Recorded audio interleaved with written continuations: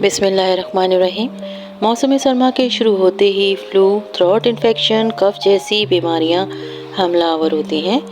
Chronic कफ और throat infection के लिए आज हम आपको बेहतरीन होम रेमेडी बताएंगे। 1 टीस्पून शहद ले लीजिए। 1 टेबलस्पून अरक या अदरक का जूस निकाल लीजिए। दोनों को मिक्स करके पिएं, सुबह, दोपहर, शाम। इसे पीने के बाद 2 घंटे तक कुछ खाना पीना नहीं है। इंशाअल्लाह ताला अल्लाह ताला के हुक्म से 1 दिन के अंदर अंदर ही बहुत फ़र्क पड़ेगा। जज़ाकल्लाह।